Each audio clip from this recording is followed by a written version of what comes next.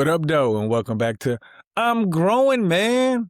Shman John D in the building. We are officially on summer break. However, I am still working, trying to cut the curve on what a great administrator is supposed to look like. So I am constantly trying to find ways to improve. I'll be off for a few days though. My official day to go back is August 6th, but I'm definitely in the building on a regular basis. So I'm not saying that to say that I'm complaining, but I want you all to know how intentional I want to become as far as being a better administrator. Like I want kind of really ties into what I'm going to talk about today. A question was asked, what does be great on purpose mean? What it means to me, I guess it really kind of just depends on what it means to you. But I'm going to show you or try to explain what it means to me and why I am intending on walking this way. Your entire life you get these stories of people in your past, and we learn about them in schools. Depending on what country you are, will determine what story you may get. But depending on who you are, you may be somebody that they would learn in every country. So when I think about be great on purpose, these people that we study, I don't think that they were in their right mind saying, I am going to become this person. I think they just kind of had a great routine and they mastered their craft where other people was able to talk about them. So when I look at my life, you guys know majority, if not all of my information comes from prior teachings, different practices, depending on, what spiritual beliefs you may believe in. But I would like to believe that I'm open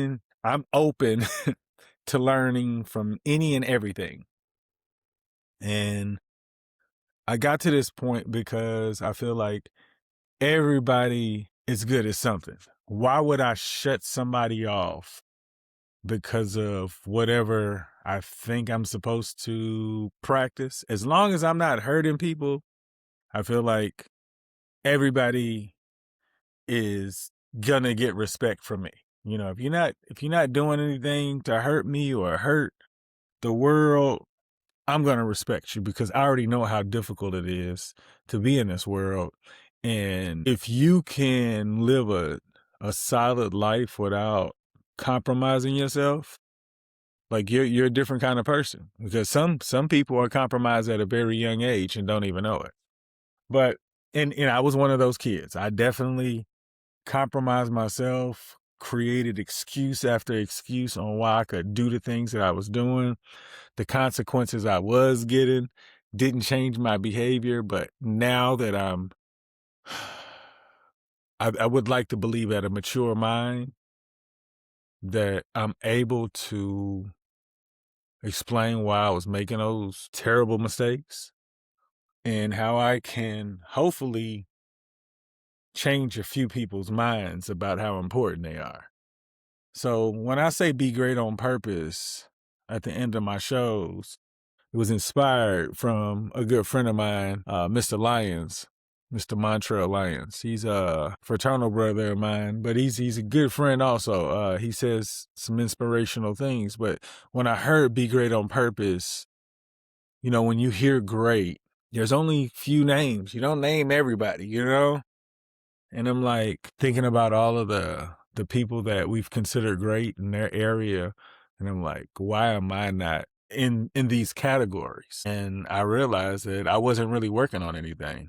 I was probably great at being a social butterfly, but nobody gets rewards or awards or benefits that can help you grow from that, if that's all you can do. So I'm sorry, I keep moving around. I think I'm a little fidgety. I don't know why. But anyways, I just wanted to work on areas that I could get better in, specifically communication. When we hear about communicators, great communicators is always somebody who's like in a tough time and they're trying to articulate the needs of others, or they're able to inspire people to do more than. So I want to do that. But I'm doing this on purpose because I feel like I'm going to be 50 in less than 2 years. If I could have learned about this journey sooner, I think my quality of life would have been better. And being that I'm here, like let's say if I die, right? The last 7 years of my life has been the best part. Every part of it, even the worst parts of it, it was learning moments. It allowed me to grow in areas that I didn't know that I needed to grow in. If I could have started this journey sooner, I think everybody around me would have benefited from better me, of course. But depending on how long he allows me to keep walking and waking up and using my noodle to improve, I think that I will continue to hopefully become the person that I'm inspiring others to become. I I enjoy waking up just to work on the things I work on because I know the work that I'm doing. And I was thinking, like, what is the best reward like within yourself is when you can recognize something that you know you've been working on and nobody told you about. Like it's wonderful to get compliments from other people because of something you're working on, but when you work on something and you can see the difference, it's a different ownership. And I can't imagine if I was in elementary school or middle school and somebody was able to put words together for me to say, hey, you could become really good in this. You just got to put the time in. And this is just a sidebar. Like a lot of people, a lot of kids don't understand. It was like this, he's way smarter than him, or these kids just have practiced those areas more than you. Like if you put the work in, the time, and somebody can give you the support system that they got that complemented your learning style, you could know just as much. That's the reason why hopefully we can inspire these kids to understand it's okay to let adults know where you're struggling in, because if you can, we can help you better to fill in those gaps. And that's the problem. That's why I say with communication, just imagine if we can convince a student to tell us when they really need help and they accept the help, they receive the help, that's a different kid. Ultimately, you want to get the help to the point where you don't need it anymore. It's not to put a crutch on you. It's to help fill in your gap so that once you leave here, you know how to operate. And if you don't, you can ask for help. So being great on purpose requires me to wake up every morning. And I say every morning, I mean every morning, like sick or not. Like this is like brushing my teeth. Like when I had COVID like 3, 4 times during this span, and I completed my routine. And now I have a physical routine. Like I want to be as intentional as possible. So being great on purpose requires me to follow a routine that when I look at these other people say that they're great. Everybody talks about the work that they put in. I can't get that unless I put the work in. So as I continue to move through life and find ways to improve, hopefully these words will inspire people to say, I can do that also. And when I say that, you don't have to do what I'm doing. You can do whatever you like doing because the time you put into it is going to develop you into this person that you didn't even know you could become. but it's gonna take work. Like, and that's what the I think the missing piece in life. Everybody say you have to do this to get this, but we haven't seen it in real time. So we have to say words to convince people like you are supposed to be the example in your area. Unless you go out specifically and find people who are really good at what they do and you learn from them. But if not, you may have to be the example to inspire others in your area. You know, the biggest difference between people who are being praised for what they do and people who aren't is the amount of work. I think your common person, maybe even, I think maybe 70%, at least 70%. And, you know, my wife always says you always throw people off when you use numbers. But I just want y'all to know how serious this is. In my mind, at least 70% of people have no idea the amount of work to make that much money versus where they are. And I used to be a part of this. So when I say they, it was me when I was in this, because I realized, like, how are you supposed to make more money and you don't go to work all the time? Or you're not working on something so that it can generate more money. Like, you do overtime, but you spend your money.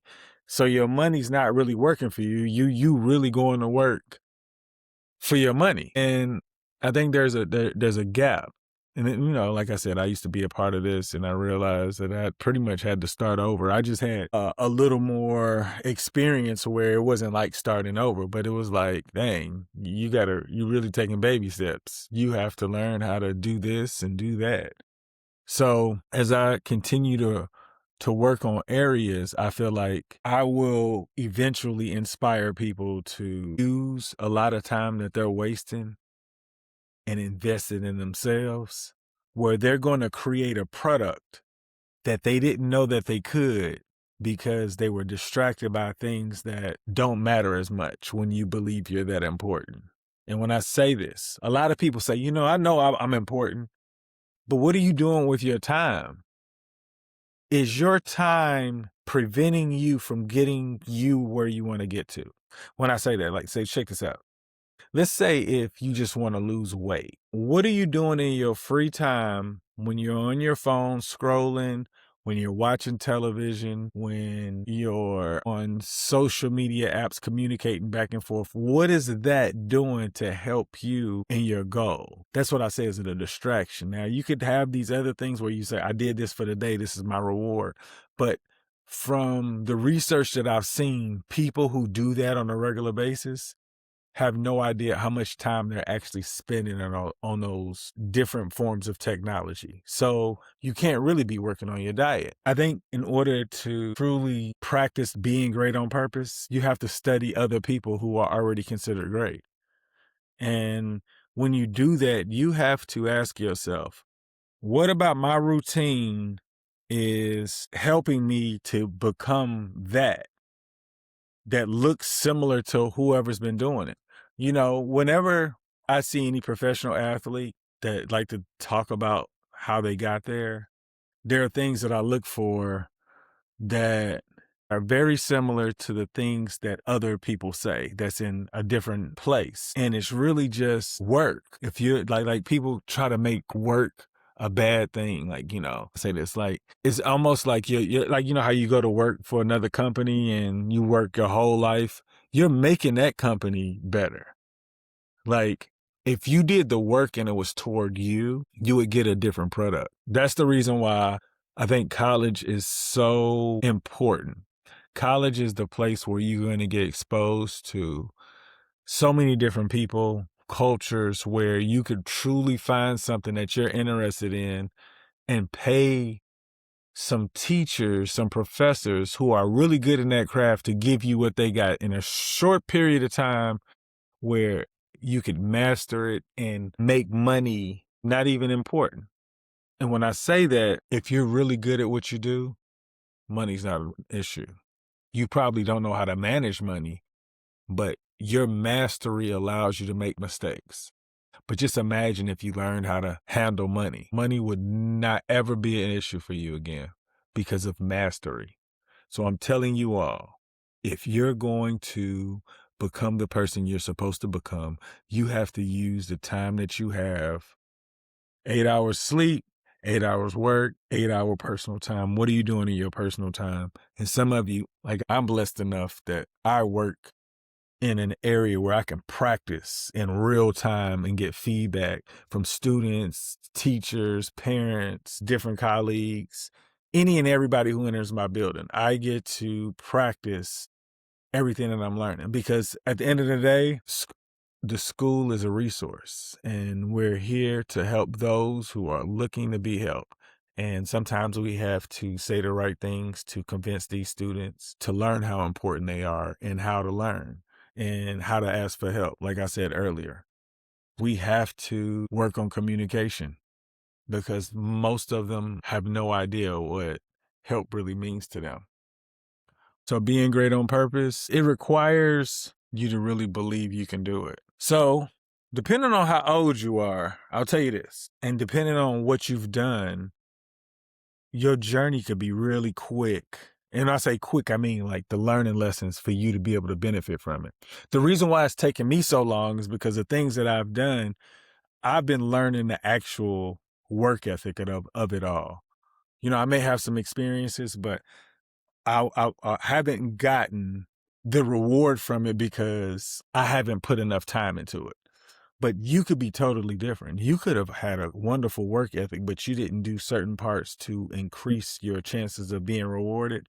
But or you may just be at the very beginning. But no matter where you are, you could have fun.